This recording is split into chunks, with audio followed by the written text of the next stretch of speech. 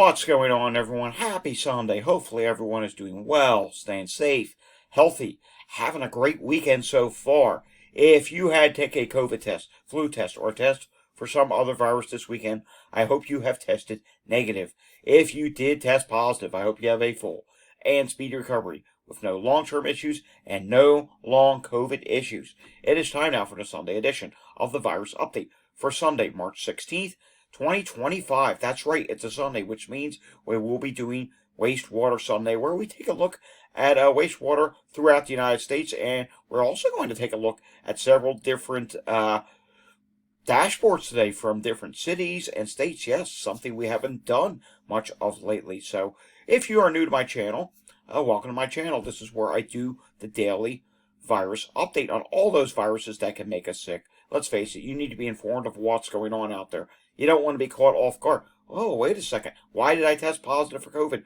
or flu? Well, let me tell you, it's because there's a lot of viruses out there, and COVID, which started more than 5 years ago, never ended. COVID still exists. There were waves of COVID this year. I'll show you that around the holidays in the winter that there were cases of COVID, and that there was a wave of COVID here in the United States and other places around the world. Want to stay informed? Just subscribe down below. Hit that thumbs up button. The more people that do that, the more YouTube is going to push out this content, and it's going to help my channel grow. The more my channel grows, the more I can inform people of what's going on. Let's try for 175 like button hits today. I doubt we'll get over 200. I don't know. Maybe they will let this video hit the algorithm. Share this video with anyone you know. Of course, subscribe down below, and remember to hit that notification bell, and of course hit that subscribe button as well. Alrighty, we have just a few news stories today, and we're going to take a look at a little bit of international data that I found posted on X. Then we are going to take a look at some daily data, and then it is Wastewater Sunday, where we are going to look at a lot of different dashboards and a couple of updates too that I missed throughout the week. We start off with a hepatitis A warning up in Canada. Hepatitis A warning issued by AHS after a case confirmed in Edmonton. Tim Hortons worker. Yes, this is not a good thing. Alberta Health Services has issued an alert after a person who was working at an Edmonton Tim Hortons restaurant was confirmed to have hepatitis A. The individual prepared food at the Milbourne Market Mall location at 7535 38 Avenue while infectious. Anyone who consumed food or drink from the restaurant from February 20th to March 5th may have been exposed. And you know, here in the United States, when we take a look at wastewater scan, sometimes we do see detections of hepatitis. So, yes, it can be out there. It's not something we've talked about in quite some time. Alrighty, taking a look at this. Cat food sold in my state of Pennsylvania, yikes, recalled over bird flu risk. Cat food sold in several states, including Pennsylvania, so there's other states as well, is being recalled over a risk of bird flu. Savage cat food is recalling several large and small chicken boxes sold in November of last year in California, Colorado, New York, Pennsylvania, and Washington. 66 large chicken boxes, 84 ounce, and 74 small chicken boxes, 21 ounce, with the best date of 11/15/2026 due to the potential to contain H5N1, known as bird flu. So yeah, check and see if you have bought this.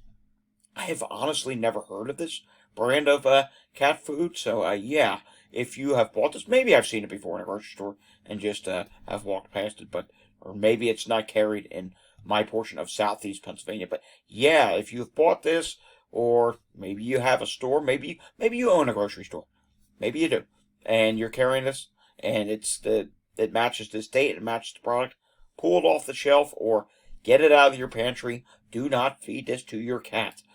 Moving on now to this in Lubbock, Texas. This is not good whatsoever. You know, we've been talking about this measles outbreak a lot, but there's even more exposure now. Newborn babies are being exposed to measles in Texas hospital.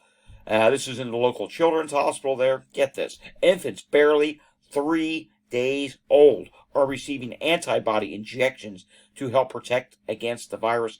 Nearly 300 cases have been reported in the outbreak. This is the University Medical Center Children's Hospital in Lubbock, Texas. And yeah, some of these babies are being exposed. The fact we even have to talk about something like this happening is ridiculous, because this just should not be happening. It just shows how laid back we are about the spread of viruses here in the United States. It's as if no one cares whatsoever what's going on with the spread of these viruses. Alrighty, moving on, we have to get to some international data as promised today. This is from Mike Honey, and this is a few days ago, actually. He posted this. No, actually, excuse me. He posted this yesterday. There will be some other data that's from a few days ago. Here's the latest variant picture for the United Kingdom. The XEC variant remains dominant, but growth has stalled at around 60% frequency. The LP.8.1 variant grew somewhat to 19% frequency, but then fell back to finish at around 15%.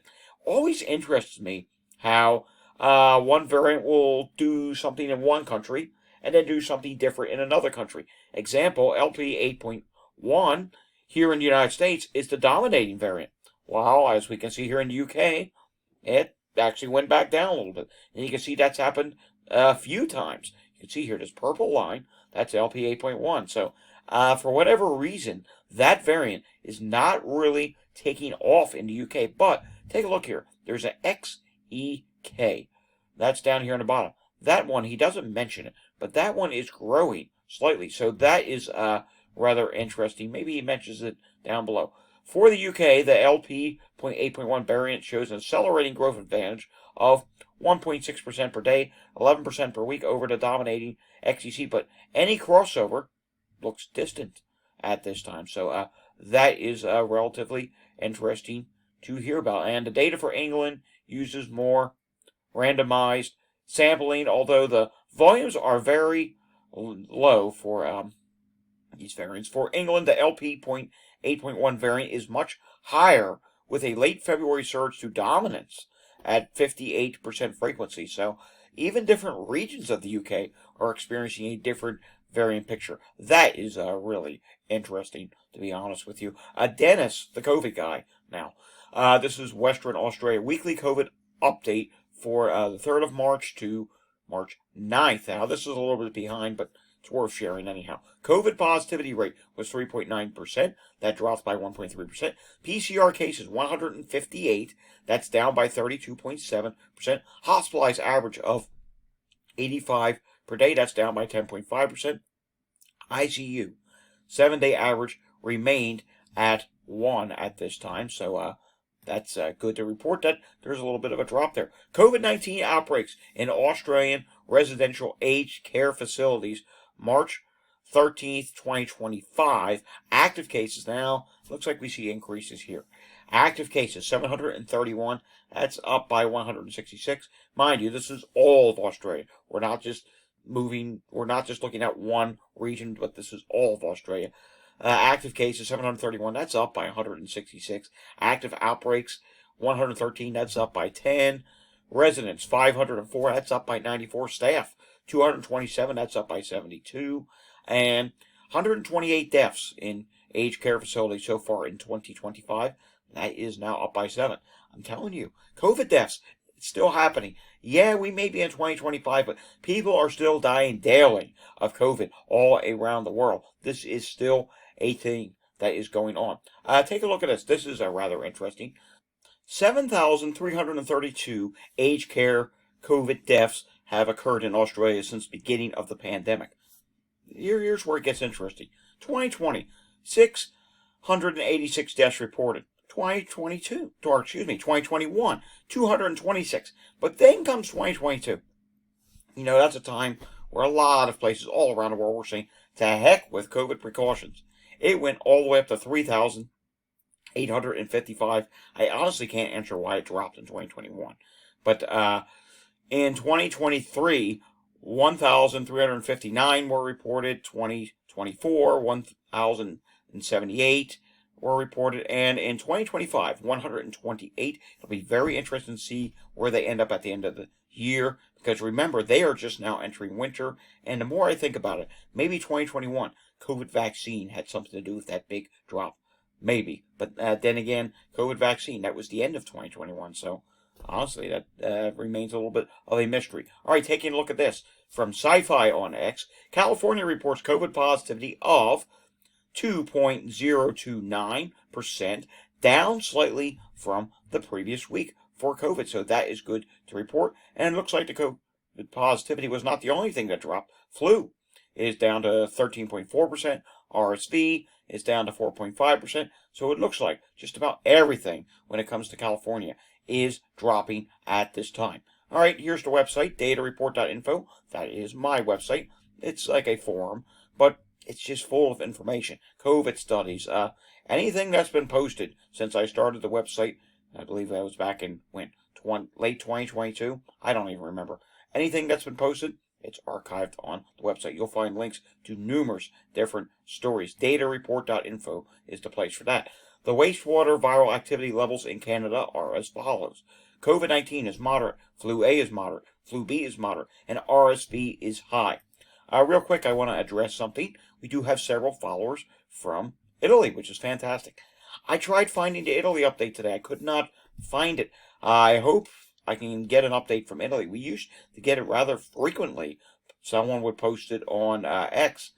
Haven't seen it lately, so I hope to be able to reporting updates on Italy for COVID, maybe other viruses as well, rather soon, because it's been a while since we've done that. Taking a look at what's going on with air qualities, and not terrible in the east. There's just a few yellow spots, but really overall not that bad. We may see a few bad spots pop up here whenever this lows in the southeast, or maybe it's just not going to. Yeah, Florida and the Atlantic coast states like South Carolina, Georgia, some problems there. Definitely some issues going on with the West Coast, but again, not terribly concerned. Few issues up in New England, but again, I'm not terribly concerned today, and we are less concerned, I have to show this, less concerned about severe weather than yesterday, but there will still be some severe weather in the east today. There's currently already some severe thunderstorm warnings or a few tornado warnings this morning, but I have to show you this.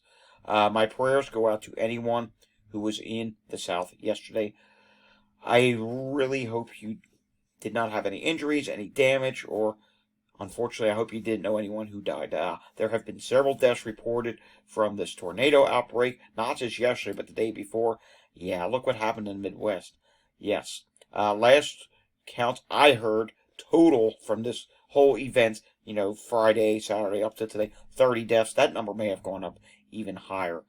Very sad situation. Please take any severe thunderstorm warnings or tornado warnings serious, because it could be your life that's on the line. Taking a look at what's going on with the pollen levels, much better in the east today. Still a few problem spots.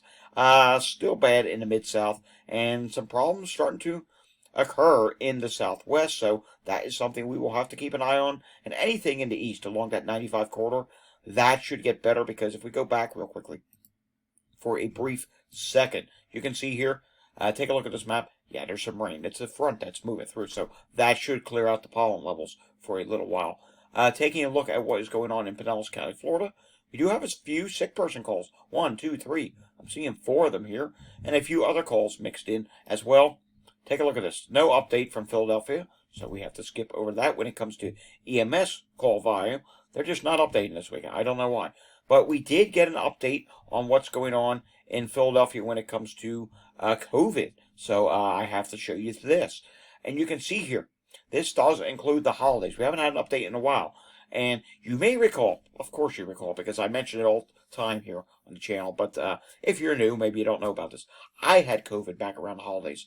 And the crazy thing is, around that time I had it, take a look at where the wastewater was in the city. Now, the southwest region of Philadelphia, wait a second here, it's refreshing on us, did not have a big surge, but take a look up here in the northeast section of the city. That's my section of the city. Yeah, it went way up around, look at that, the 29th of 2024, 12-29. Right around the time that I tested positive, it was going way up. And you can also see Southwest Philadelphia had a huge surge as well. So yes, there was a winter wave, there was a holiday surge. Now this is interesting. I have to show you this. Take a look at the admissions for now we can't see the actual value. For whatever reason, there is incomplete data. That's what that red mark means. But take a look there. Yes, it went up. And take a look how it went up last winter. It actually went up for hospital admissions. Actually went up more than it did last winter. But it's important to note, it's nowhere near where it was in 2020 or 2021. And I should also note, maybe they're not doing as much testing, but still, the levels are way lower. But they are actually, or I should say, they were actually higher than the previous wave last winter, the previous winter's wave. And you can see they were a little bit higher than the summer wave.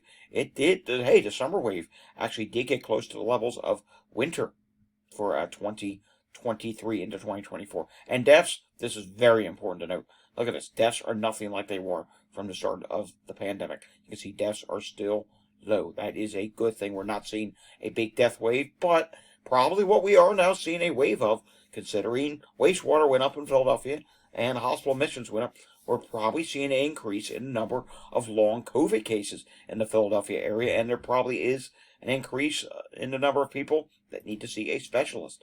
All right, take a look at this. Respiratory emergency calls are showing up today in Montgomery County, Pennsylvania. There's 3 of them right now, and a few other things. Chester County, Pennsylvania, live look in there. Wow, a lot of calls there for a Sunday. That is busy. Heart problems are showing up many times. You know, heart problems could be a post-COVID issue, so maybe that could be part of it. You know, it can also be post-flu as well. I've read a few things about that here and there. Taking a look at the hospital situation in Pennsylvania, you can see here, yeah, there's quite a few yellow hospitals today. Southeast Pennsylvania is not terrible, and I am seeing this. What is this going on down at Taylor Hospital? I have to read. Stroke diversion. And the fact that we're even seeing it say stroke diversion, and that it's updated for today, yeah, that's not good, but at the same time, you know what that tells me? That hospital's still open. Those 2 hospitals were supposed to close. You know, I have not seen the update. Crozier Chester Medical Center was the other one.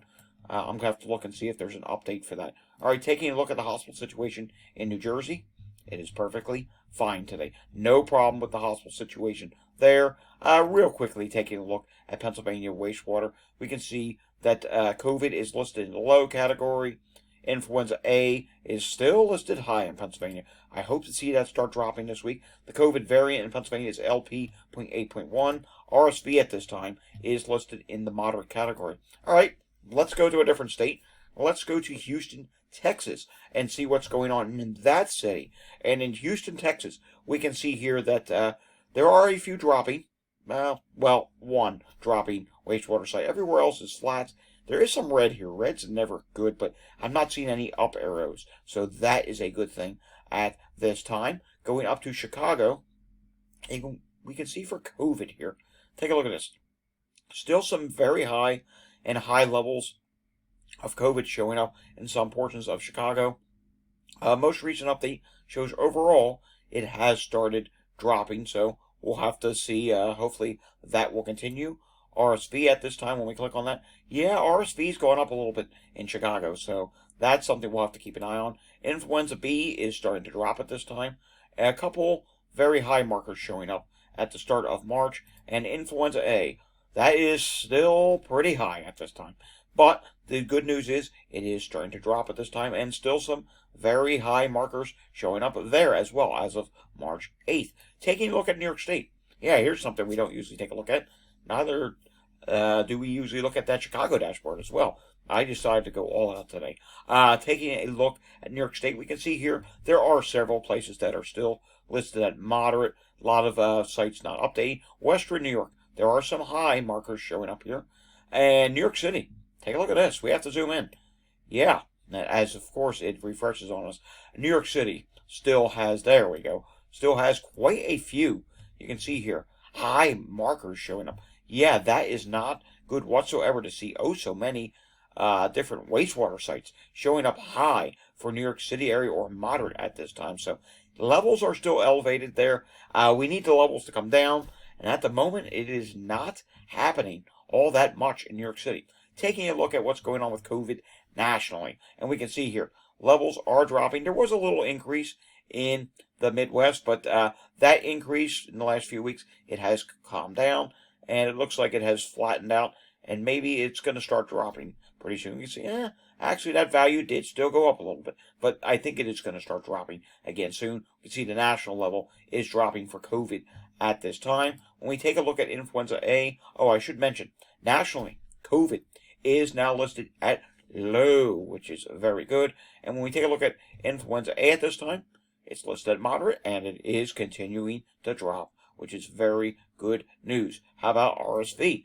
RSV in wastewater at this time is also continuing to drop, which is very good news as well. All right, let's go to the CDC wastewater page. You know, that map we used to look at. First off, take a look at this.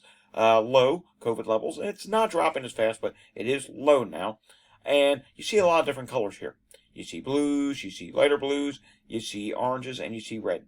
White sites are new sites. Gray sites don't update. Anything in the blue is low. And when you get to the lighter blue, that's moderate. We'll say low to moderate. Orange is moderate to almost approaching high. Red is high. And when we take a look at this, we do see there are several areas with blues. And I reckon we should start off on the West Coast because we just did everywhere but the West Coast. So let's talk about that now. Out on the West Coast, in the Pacific Northwest, we can see here, take a look at all these blues. Yeah, there's one orange site, but for the most part, the Pacific Northwest right now is not doing bad. If you are doing bad, I would be putting a lot more attention on you. So this is really some good news, but hey, we do know that when it comes to influenza, yeah, it's still high in portions of Washington. There is data that suggests that this right here is COVID data. And the COVID data in Washington suggests that things are not very high right now. Let's click on some of these blue sites. Look at this. They're continuing to drop. Now, you got hit really hard last summer. I'm wondering if that's going to be the case again this summer, because that will be pretty far out in time from wave. But right now, you're seeing the majority of the sites that I'm clicking on. I'm just randomly clicking on these sites. You can see they are dropping. What's going on with this orange site in Oregon? Marion. Now, this one's rising. Sometimes some wastewater sites go off and do their own thing. Coming down to California, not bad. We do see that there is an orange site near the Bay Area. We can see that site, even there, is dropping as well. We can see Utah still has a few orange and red sites.